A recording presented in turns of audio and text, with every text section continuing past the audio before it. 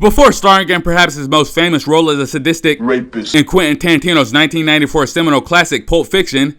Peter Greene would make his film debut and writer-director Nick Gomez's directorial debut, which would be independently produced by the now-defunct TSG Pictures, a company established in 1990 that went bankrupt in 2001, with its most notable film being Billy Bob Thornton's Oscar-winning sleeper hit, Sling Blade. So the film opens with what seems to be gunshots but maybe fireworks as child play is heard in the background.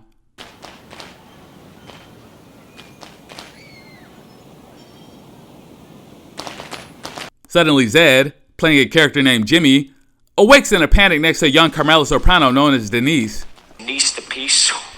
While best known for marrying a boss on TV, Edie Falco's movie husband over here is a bum as he and his foolish friend John wait for several passing cars to zip by before they can boost a couple of boxes from a van. A fucking bump! The low-down looters lower in the criminal hierarchy than Brendan Fallone haggle with a streetwise scumbag named Tommy about the stolen merchandise. But as jacking Jimmy tries negotiating at the price with tact, John acts like the biggest hooligan in the bunch, which is a pretty impressive feat when you have these two douchebags drinking 40 ounces in the morning. Here's the first of the day, fellas. Eventually, the Dominican actor supposedly born in 1962 settles with the low-level hustlers and gives them a C-note for their trouble, with Jimmy getting the lion's share of 65%, which equates to about $140 at the time of this recording. Not bad for an idle day's work of larceny. But for richer or poorer, that label fits John to a T when he practically boasts about jumping bail on a shoplifting charge, continuing to disappoint with his boorish buffoonery, all while sounding like a young Christopher Walken, by the way. Oh yeah, I ain't walking the fucking courtroom so that they can lock me up. Meanwhile, John's girlfriend Celia comes into the picture and mocks his impending incarceration. Excuse me, is this the bus to Rikers Island? Because your ass is going there. You're gonna send me some food, right? Soon, Jimmy's wife Denise will join in on busting John's balls about skipping his court date like a mook. What's a mook? A mook? What's a mook? I don't know. Celia continues cracking wise about her boyfriend getting violated in prison Marcellus Wallace style, among other crude jokes like he's the laughingstock in the room. But Jimmy quits jesting about his friend and offers some heartfelt compassion like the patron saint of lost causes. But instead of placating the mental midget man-child, Celia prods further and calls John out for being delusional to think he's untouchable, which hits a nerve with John enough to possibly add a battery charge on his record. Ain't nobody above an ass whooping.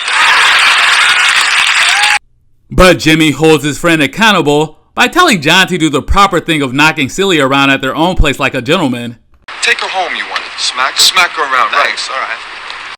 TV etiquette aside, the crooked compadres would meet another misfit miscreant named Frankie, played by the guy who co-starred with Edie Falco on two acclaimed shows as Father Phil on The Sopranos and Eddie Walzer and Nurse Jackie.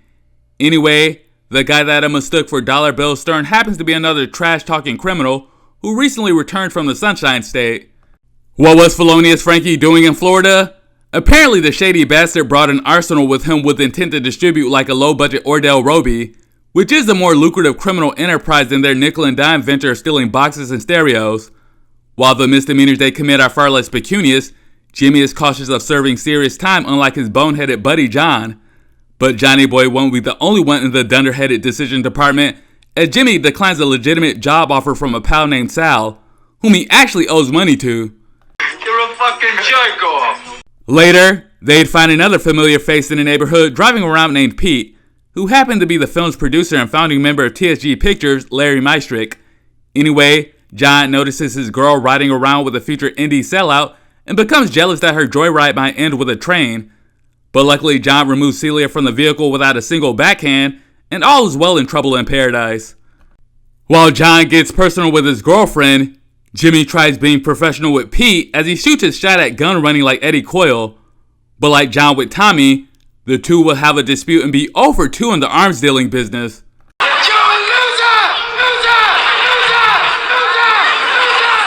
In the meantime, the trio are back to basics as they shoplift the market and successfully leave without complaint like the man in Don't Be a Menace, or modern day San Francisco for that matter. Later in the night, Frankie meets Jimmy and John again, but learns that four is a crowd as John attempts to have a romantic evening with Celia, while Jimmy carouse with Frankie and the guys. Fucking guys. But a buzz-killing patron tells the boys to lower their voices like they were in a library. Frankie sarcastically apologizes, but continues provoking the sensitive Barbro until he gets up a second time. The third time his mark ass gets up will be war when Frankie gives a killjoy one to the kisser, with John magically appearing wherever Chaos goes and gets a few punches in before bar owner Bobby admonishes Frankie and Jimmy, with the latter having absolutely nothing to do with the mayhem. Either way, the two are booted from the bar as expected and find Celia and John, who must have worked up an appetite after kicking some random guy's ass, which I guess is a leg up from directing that violence towards his girlfriend. Anyway, Sal enters the picture again, and everything is cordial until he accuses Frankie of being a snitch, which he denies rather unconvincingly, by the way. I never ratted out on nobody in my life, and you know that, and so does he. Well, I know that, yeah. No, you should if you don't. Although branded a rat, Jimmy allows shady Frankie to crash on his couch as his house guest. But Jimmy's wife Denise, who actually has a legitimate job out of all of them, has an awkward encounter with Frankie as she accuses the fisticuffs felon of absconding from the law in Brooklyn, which makes Frankie being a slippery snake even more credible. You rat piece of shit! But in spite of these salacious allegations, Frankie is invited to another gathering, where he actually seems somewhat reserved compared to the previous night of barroom belligerence. But if it's not Frankie starting trouble, John will gladly fill that douchebag quota as he publicly batters his girlfriend, totally ignoring Jimmy's advice of beating Celia at home. Why don't you just take her home? While Jimmy seems aloof to Celia's emotional toll, the missus gets to the root of John's deep-seated insecurities as Dale looms on the low-life loose cannon, especially if he can't stop slapping his girlfriend around. But a little DV is a thing of the past, as the boys try to have a future in gun running with a Latino named Ray, who had his biggest role in Goodfellas. Uncredited, of course. Anyway, the Florida man's buy none, get two free idea of economics clashes with their capitalist sensibilities and the deal is a bust, making them 0 for 3 in their pursuit of the American dream. Le who? The her. Although their business went as south as the state on Ray's shirt, the three amigos celebrate with some rooftop action, including some eerie foreshadowing of Frankie firing 3 shots. Soon, John will have his fun with the gun, but Jimmy refrains from mixing business with pleasure.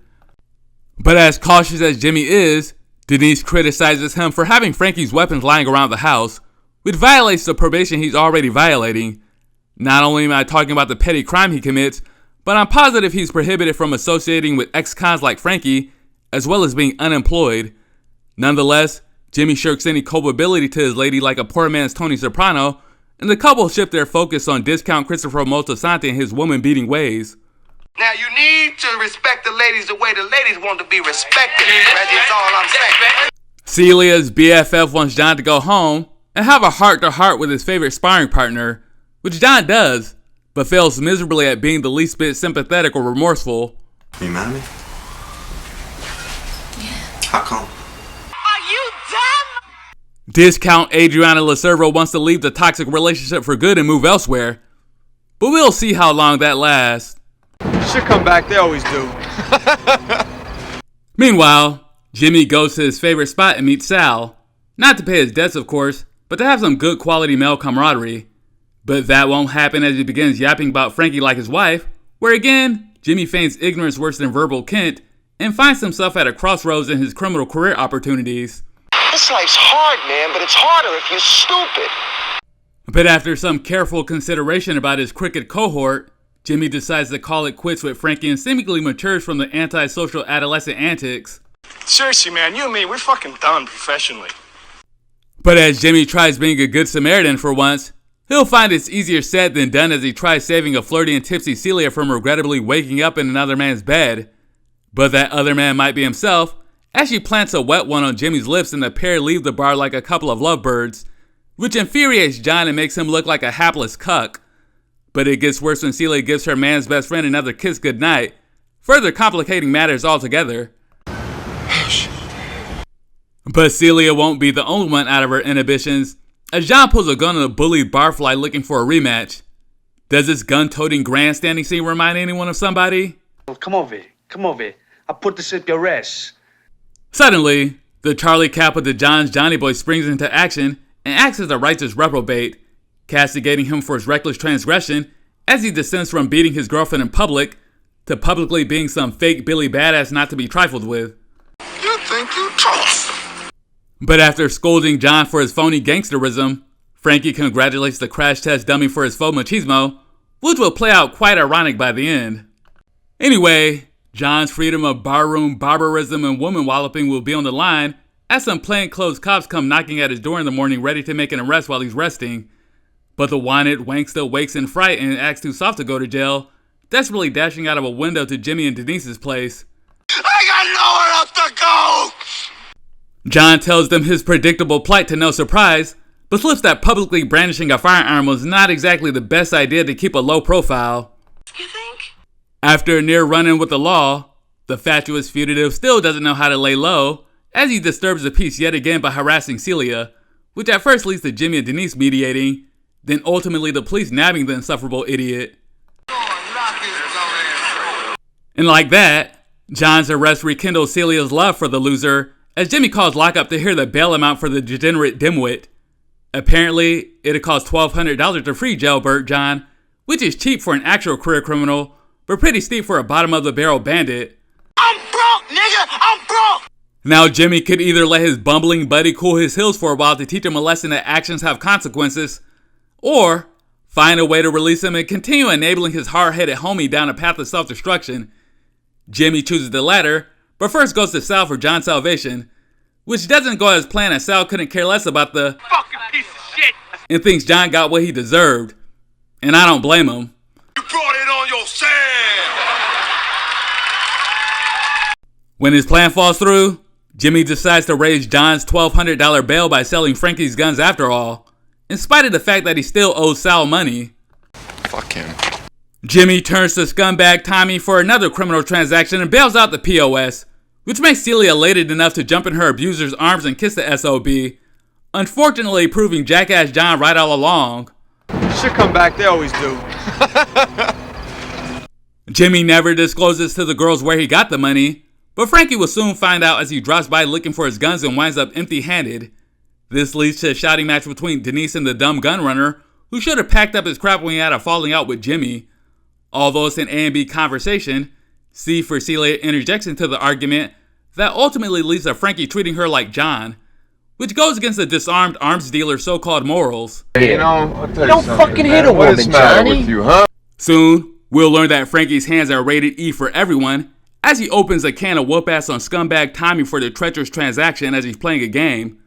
But fists of fury Frankie's not playing around, as he asks about Slip and Jimmy's whereabouts after his bailout betrayal.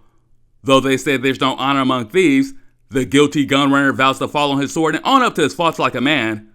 But John would rather defend Celia's honor, likely in the most inane way only a cretin like him could. It's clobbering time. Jimmy suggests his best friend to relax and stay put, but the ticking time bomb known as John remains stubborn to the bitter end and finds Frankie. Like you'd expect, John starts a fight, but it's Frankie who nearly finishes it before it's broken up, with the bailed out bum beaten as badly as the bullied barfly. You blew it! For the last time, Jimmy pleads for his best friend to go home, but John is ready for round 2 and sticks around at the bar. Denise would pop in and warn John that Frankie is strapped and ready for action outside, but John rushes out in a Darwin Award-winning move as he brings his stupidity to a gunfight. This guy is fucking stupid! Everyone tries restraining the two from another episode of When Keeping It Real Goes Wrong, including bar owner Bobby, but John fools around and finds out what Frankie's all about as he fires 3 shots, learning the hard way like many lost souls before and after him. You know he did. And all of the bar's witnesses and all of John's friends couldn't revive his dumbass again. Fuck! Shot on a shoestring budget of $38,000 over the course of 12 days, the film was a commercial success that cumulatively grossed $117,480. It was also a critical hit, scoring a 100% fresh rating among 7 reviewers, including top critics like Roger Ebert and David Anson. Writer-director Nick Gomez would be acknowledged by several film festivals and winning accolades for 3, including the Wolfgang Stout Award at the Berlin International Film Festival, the Golden Moon of Valencia at the Cinema Jove, and the Ferpresci Prize at the Torino International Festival of Young Cinema. Gomez also won acclaim at the Film Independent Spirit Awards, nominated for Best First Feature along with his producers Larry Meistrick and Bob Goss. Edie, Falco, and Peter Greene would earn Spirit Award nods for their leading performances, alongside cinematographer Jean de Saganzak being recognized for his cinema verite style of shooting, which gives off a raw and realistic look of a docudrama. But in spite of all this praise, the movie isn't without its flaws. My biggest nitpick is John's $1,200 bail amount. Jimmy, Denise, and Celia all heard that figure correctly, but somehow, none of them knew they only had to put up a 10% bond to free John, which is only $120 by the way. Jimmy could have sold one gun and paid Frankie the $80 difference, thus avoiding any tragedy ahead. But I guess Jimmy's mishap was intentional and fits the theme of young, aimless men making terrible, life-altering decisions. But overall, the movie has its redeeming qualities. For example, my favorite scene is when Frankie tries explaining that he doesn't go looking for trouble, but that trouble just seems to find him. It's a haunting line of unaccountability that'll ring true to the very end and lead to first-degree murder. Another Frankie scene I love was when Sal accuses him of being an informant, which is a criminal career-ending accusation that should have been the first sign to steer clear of the gun runner at all costs. But alas, it's Murphy's laws of gravity. As for my favorite line, it'd have to be this. He's a bazooka-chewing, non-comic reading faggot. There's a lot of sophomore jeering going around in this film, but nothing tops this. Sure, it might not make much sense. Bazooka, what? But it's easily the funniest put down of all of the PR humor heard from any of these obnoxious jagoffs. It's even more hilarious knowing that his target, Larry Mystrick, would be vilified as a scapegoat in the documentary Misfire, The Rise and Fall of the Shooting Gallery. But altogether, Laws of Gravity is a gritty and potent slice of life with strong performances from its principal players consisting of Peter Greene, Edie Falco, Adam Trese, Arabella Field, and Paul Schulze. If you're interested in this crime gem, I'd recommend other films with worthless friends like Martin Scorsese's Mean Streets, Wes Anderson's Bottle Rocket, and Elaine May's Mikey and Nicky. Well, that about does it for me.